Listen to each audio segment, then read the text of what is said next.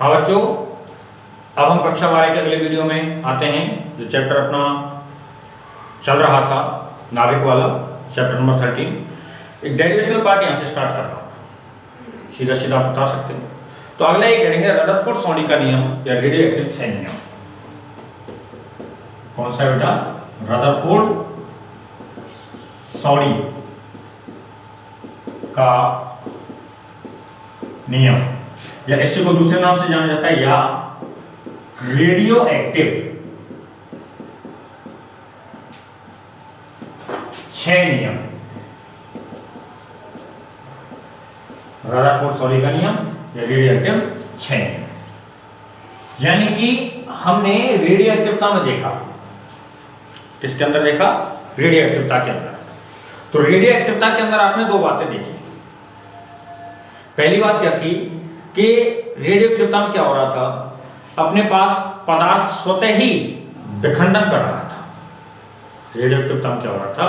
पदार्थ स्वतः ही क्या कर रहा था? विखंडन।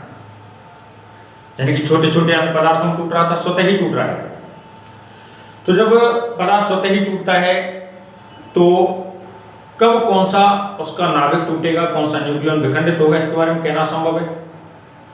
जैसे कि एग्जाम्पल लें, किसी बैग के अंदर, कोई बैग ले लें, बैग के अंदर 10 अलग अलग कलर्स की बॉल रखी हुई है, सर्वसम बॉल है, आकार, द्रव्यमान, घनत्व, आयतन सब कुछ समान है।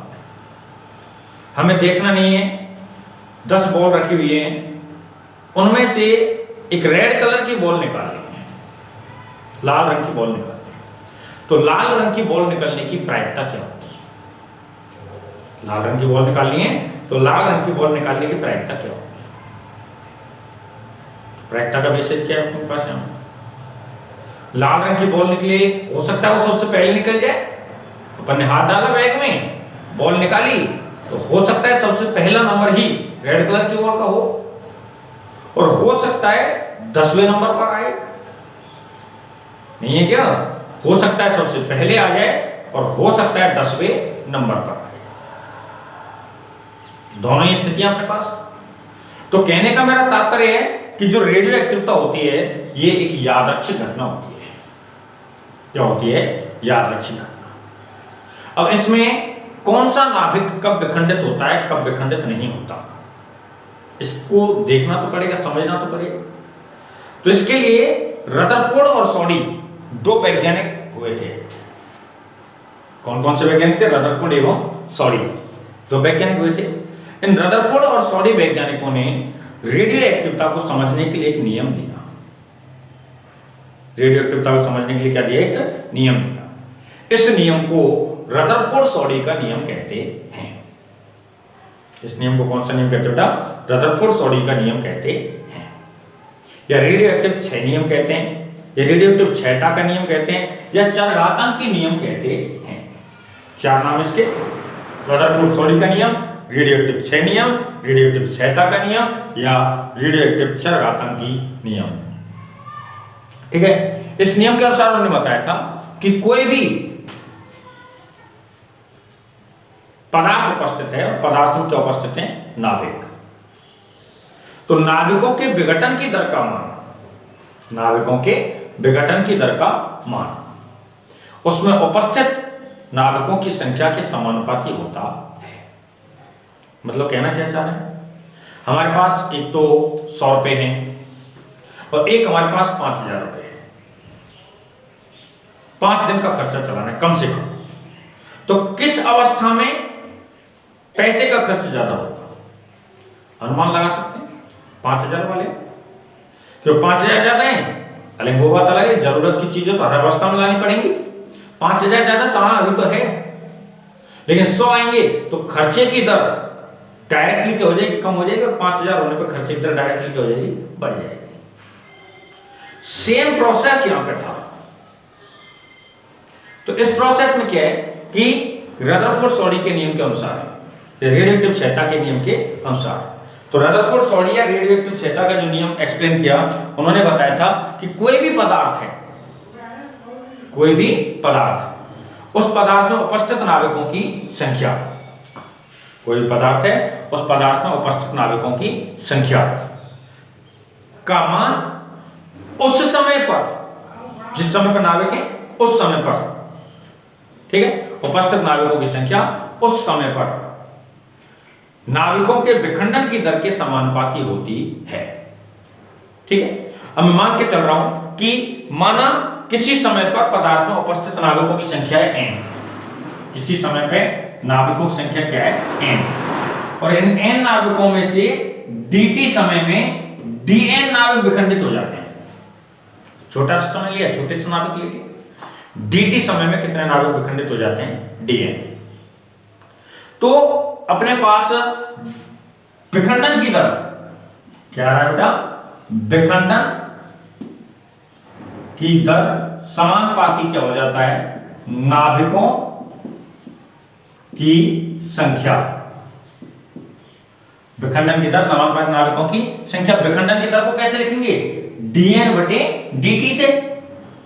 विखंडन की दर को कैसे लिखेंगे, dn बटे dt से, और समानुपाती क्या लिख देंगे अपन यहाँ पे n, dn बटे dt और समानुपाती में क्या लिख देंगे n। अब देखो जब विखंडन होगा तो नाभिकों की संख्या में क्या आएगी, कमी, और कमी को प्रदर्शित किससे किया जाता है, माइनस से। कमी को किससे प्रदर्शित करते हैं बेटा, माइनस से। तो माइनस यहाँ पे किसके लिए लगाया गया है कि जो विखंडन के द्वारा क्या प्राप्त हो रही है, कमी प्राप्त हो रही है। तो dn बटे dt का मान समानुपाती क्या हो गया, n। तो मैं इसको ऐसे लिख सकता हूं, फिर कैसे लिख सकता हूं, dn बटे dt बराबर, समानुपाती को हटा दिया, बराबर लगा दिया, माइनस को इधर ले जा सकते हैं, तो माइनस का चिन्ह, और जहां समानुपाती को हटाया लैम्बडा से, किससे हटाया गया बेटा, लैम्बडा से। तो dn बटे dt बराबर लैम्बडा, और इनटू में क्या आ गया, n, इनटू में क्या आ गया, लैम्बडा n। ठीक है, यहां लैम्बडा किसकी जगह पर लगाया, समानुपाती के स्थान पर, तो लिख देता हूं यहां लैम्बडा एक समानुपाती नियतांक है, समानुपाती नियतांक है। ठीक है, इस समानुपाती नियतांक को रेडियो एक्टिव क्षय नियतांक या क्षयांक नाम दिया जाता है, जिसे रेडियो एक्टिव क्षय नियतांक या क्षयांक कहते हैं। इसे क्या नाम देते बेटा, रेडियो एक्टिव क्षय नियतांक या क्षयांक कहते हैं। अब हमें n का मान निकालना है कि कितने नाभिक विखंडित हो चुके हैं इस फॉर्मूले से। तो n का मान निकालना है, तो मान निकालने के लिए क्या किया जाए, सोचना तो पड़ेगा। तो मेरा मानना यह है कि n वाले पदों को एक तरफ रख लें, जितने भी n के पद आ रहे हैं सबको कहां कर दें, एक तरफ, और बचा हुआ पार्ट एक तरफ। ठीक है, तो इस n को इधर ले आओ और dt को इधर ले जाओ, तो ये क्या लिख देंगे अपन इसको, 1 बटे n dn बराबर माइनस का लैम्बडा, और क्या आ रहा है अपने पास, लैम्बडा तो अपने पास है, dt को इधर लेकर क्या हो गया, माइनस का लैम्बडा dt। ठीक है, अल्पमान आ गया, कैसा मान आ गया, अल्प। संपूर्ण के लिए क्या कर दें, समाकलन, संपूर्ण के लिए क्या करें, समाकलन। और माना प्रारंभ में जो नाभिकों की संख्या उसे ले लो आप n0, प्रारंभ में संख्या कितनी है, n0, और अंत में नाभिकों की संख्या कितनी है, n। भाई कोई भी पदार्थ जो दुनिया में बना है, प्रारंभ में कोई ना कोई संख्या अलग होती है, और धीरे धीरे धीरे धीरे नाभिक विखंडित होते संख्या में क्या आता है, कमी आती है, तो कुछ ना कुछ संख्या बचती है। तो हम जिस समय पर गणना कर रहे हैं वहां पर तो संख्या क्या है, n, t समय पर। और प्रारंभ में 0 समय पर, या जब वो बना था, जब प्रकृति में आया था, तब संख्या क्या थी, n0। तो लिखें इसको, संपूर्ण के लिए, संपूर्ण के लिए क्या करते हैं बेटाओ, समाकलन, समाकलन करने एवं प्रारंभ में नाभिकों की संख्या, प्रारंभ में नाभिकों की संख्या n0 से अंत में नाभिकों की संख्या n तक की क्या ले लेते हैं बेटा, सीमा, लेने पर। समाकलन करके संपूर्ण के लिए, और लास्ट में जाके क्या ले लेंगे, इसमें अपन सीमा ले लेंगे। ठीक है, तो सीमा लेनी तो पड़ेगी। अब सीमा लेंगे तो इधर देखो क्या हो जाएगा अपने पास 1/n और dn बराबर, इधर क्या हो जाएगा अपने पास माइनस का लैम्डा और dt। समाकलन सीमा कहां रहेगा, अपन प्रारंभ में n0 से कितने तक है, n तक। ठीक है, n0 से n तक की क्या ले ली अपन ने, यहाँ पे सीमा ले ली। तो अब सीमा लेने के बाद अब देखो अपने पास एक सूत्र होता है समाकलन का, 1/x dx। इसका सूत्र क्या होता है, log x। आधा e होता है, यहां पर ध्यान करना, आधा क्या होता है, e। तो 1/x, x की जगह पे क्या n है, x के स्थान पे क्या है, n, तो क्या हो जाएगा, log n हो जाएगा। तो अपने पास फॉर्मूला लगाने के बाद क्या बन गया, ये log n, ये इसका समाकलन हो गया। सीमा क्या है, n0 से कितने तक है, n तक, बराबर इधर देखो माइनस का लैम्डा क्या है, अचर है। कैसी राशि है, अचर राशि। और अचर राशि का अवकलन समाकलन नहीं होता, इसे चिन्ह से हमेशा बाहर निकाल लेते हैं यदि यह चर के साथ गुणा में हो तो। जब चर के साथ गुणा में होती है तो इसका हम अवकलन या समाकलन नहीं करते हैं। तो अब इस अवस्था में अपने पास इधर क्या बच जाएगा, समाकलन के अंदर dt, लिमिट खोलना आता है अपने को। पहले नंबर किसका है, ऊपर वाली का, और माइनस का चिन्ह लगा के नंबर किसका है, नीचे वाली का। तो लिमिट खोलेंगे तो क्या हो जाएगा, ये log n minus log n0 बराबर माइनस का लैम्डा और dt का समाकलन क्या हो गया, t। dt का समाकलन क्या हो गया बेटा, t। तो चूंकि करके एक फॉर्मूला तो अपन ये लगाए, यहां पर फॉर्मूले ज्यादा लगेंगे देखने एक बार। फिर चूंकि करके एक फॉर्मूला है log m minus log n बराबर होता है log m बटे n। इतना शायद पढ़ा हुआ आपने। यानी कहने का तात्पर्य क्या है, जब बटे में संख्याएं होती हैं log के साथ, log में जो संख्याएं किसमें होती हैं, बटे में, तो उनको खोलते समय किसमें लगा देते हैं, माइनस में। और यदि गुणा में होती हैं तो खोलते समय क्या लगा देते हैं, प्लस। समझ में आई बात, बटे में होंगे तो खोलते समय माइनस, और गुणा में होंगे तो खोलते समय प्लस। तो यहां पे किसमें, माइनस में, तो बटे में आ जाएंगी। किसमें आ जाएंगी, ये बटे में आ जाएंगी। तो अब देखो ये क्या हो गया अपने पास, log e ऊपर क्या है n, और बटे में क्या आ जाएगा, n0, और बराबर क्या बन रहा है, माइनस का लैम्डा t। बराबर क्या बन गया, माइनस का लैम्डा t। और फिर से चूंकि कर दो, चूंकि एक सूत्र और होता है, log e a बराबर x हो तो e की पावर x बराबर क्या लिखा जाता है, a। वापस से फॉर्मूला है, मेन लॉग की डेफिनेशन है ये। चर घातांक बोलते हैं, घात चर हो रही है, x यहां पे क्या है, चर है। x क्या है, चर, एक वेरिएबल है, इसी वजह से इसको चर घातांक फलन बोलेंगे। तो इस प्रकार से हो log e, यानी कि क्या कर रहा हूं, देखो एक बार ध्यान से इधर, log e a बराबर x, यानी ये की घात ये, आधा की घात जो चर है वो, और बराबर में ये वैल्यू लिख दी जाती है। तो अब इस प्रकार से लिखें तो इसको कैसे लिखेंगे अपन, बराबर में ये वैल्यू आ जाएगी n बटे n0, है ना, और बराबर में e की घात क्या आ जाएगा, माइनस का लैम्डा t, और n बराबर क्या आ गया, n0 e की घात माइनस का लैम्डा t। n बराबर क्या हो गया, n0 e की घात माइनस का लैम्डा t। ठीक है, अब ये जो नियम होता है, इस नियम को ही चरघातांकी नियम कहते हैं। इस नियम को कौन सा नियम कहते हैं, चरघातांकी नियम। तो यह है चरघातांकी रेडियो या चरघातांकी या रेडियो एक्टिव 6 नियम होता है। कौन सा नियम है, या तो इसको चरघातांकी नियम बोलेंगे, या दूसरा नाम क्या देंगे, रेडियो एक्टिव 6 नियम। ठीक है, मैं इसके फोटो तो आपको भेज दूंगा जो उसको बच्चे हैं। अब बचा हुआ इसमें देखो क्या लिखना और कैसे लिखना, शुरुआत से देखिए कि रेडियो एक्टिवता, जैसे मैंने आपको स्टार्टिंग में बताया, दोबारा इसको समझाना, पूरे समझ लें। चरघातांकी नियम के लिए क्या है पूरा, कि रेडियो एक्टिवता कैसी घटना है, इसके बारे में कुछ सिद्धांत हैं। एक स्वतः ही उत्पन्न होने वाली घटना है, तब इसको रेडियो एक्टिवता कहते हैं। स्वतः ही किरणों का या कणों का उत्सर्जन करती है।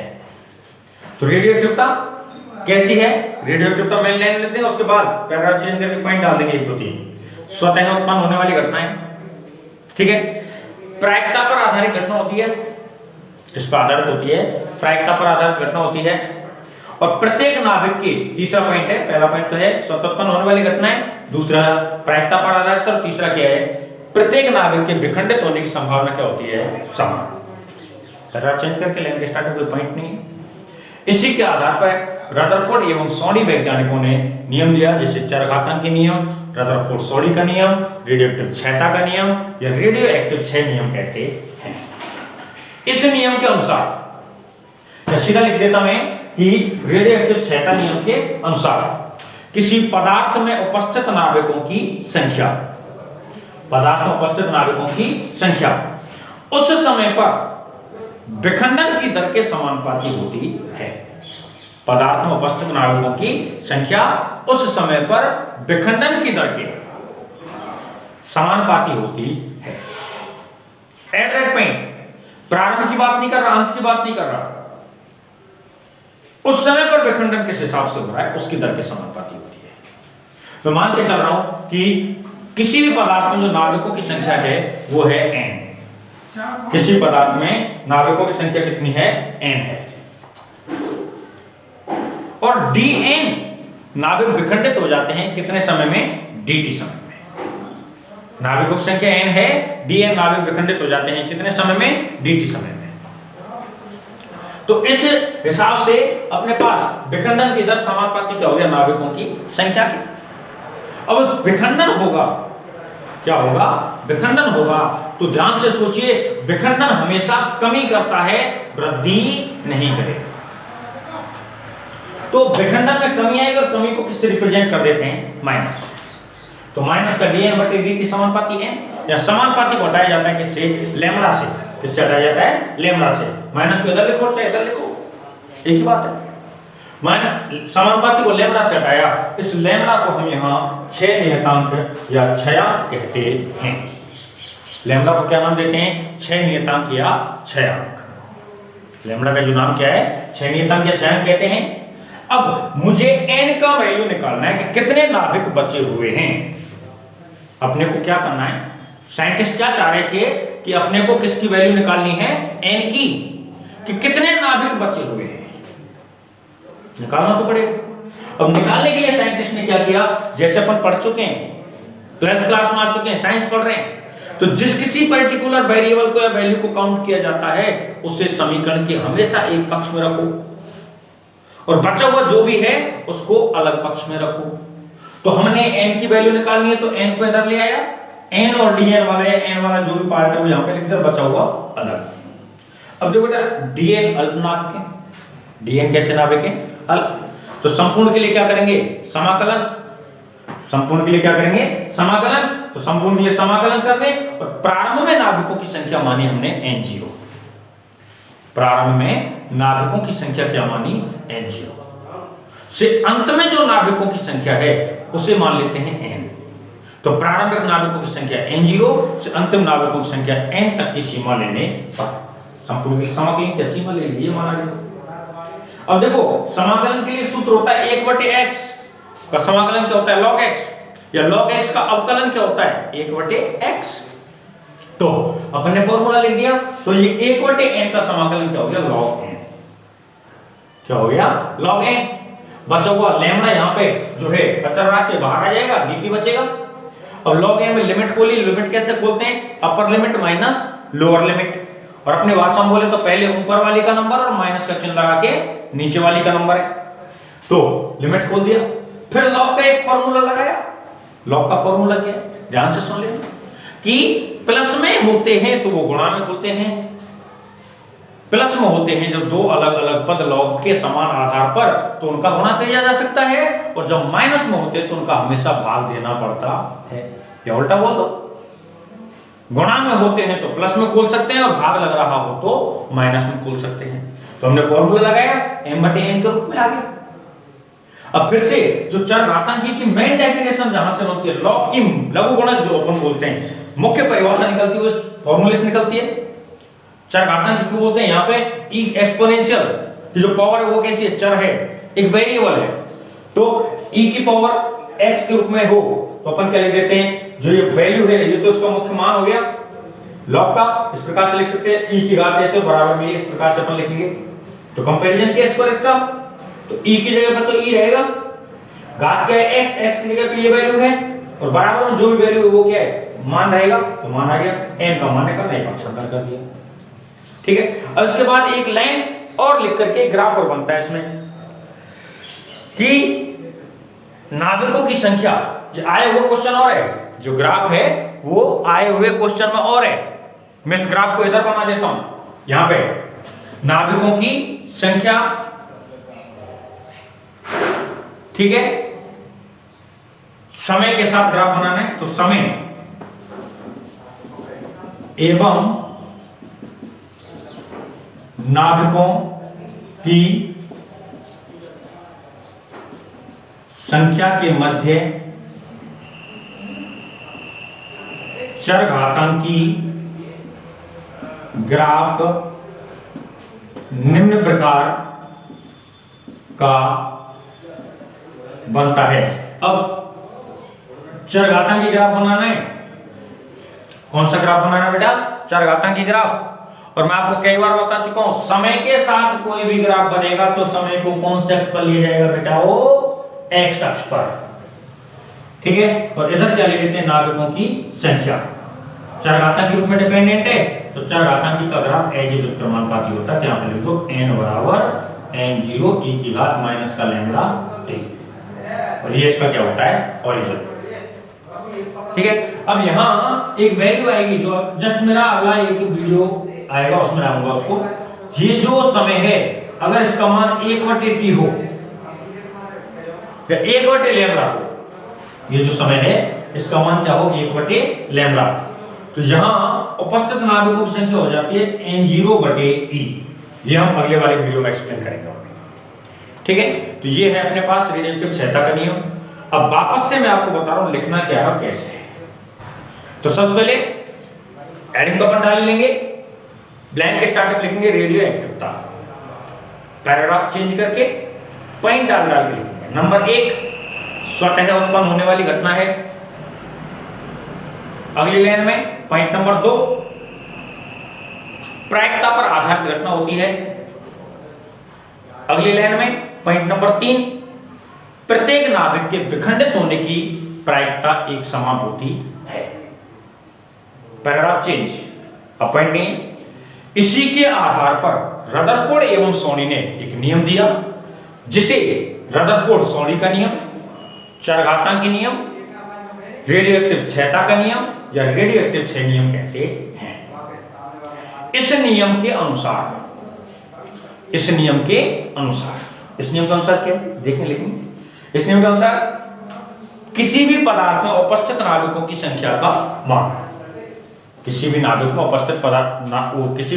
में उपस्थित नाभिकों की संख्या का मान, इस नियम के अनुसार किसी भी पदार्थ में उपस्थित नाभिकों की संख्या का मान उस समय पर नाभिक में विखंडन की दर, उस समय पर नाभिक में विखंडन की दर के समानुपाती होता है।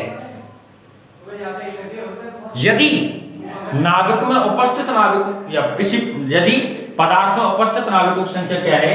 Capital N।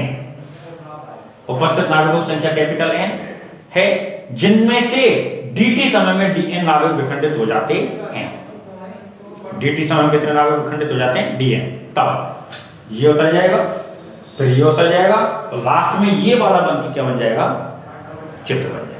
यानी कि ये चित्र कहां बनना है? जाना गया, इसके बाद में आएगा ये चीज यहां पे। ठीक बेटा। तो इस प्रकार से रेडियोएक्टिव क्षयता का नियम है। घर पे रहे, मैं इसका जो मेरी क्लास के बच्चों के लिए फोटो में भेजिएगा। ठीक है। तो ये अपने रेडियोएक्टिव क्षयता का नियम है। बार बार वीडियो में बोलना पड़ रहा है, या कुछ बच्चे जैसे नए जुड़ रहे हैं चैनल को सब्सक्राइब कर लें जिससे कि कुछ नए वीडियो डाले जाए वो आप तक पहुंच जाए। ठीक बेटा। इस वीडियो में इतना ही है, अगले वीडियो में इसके आगे होगा।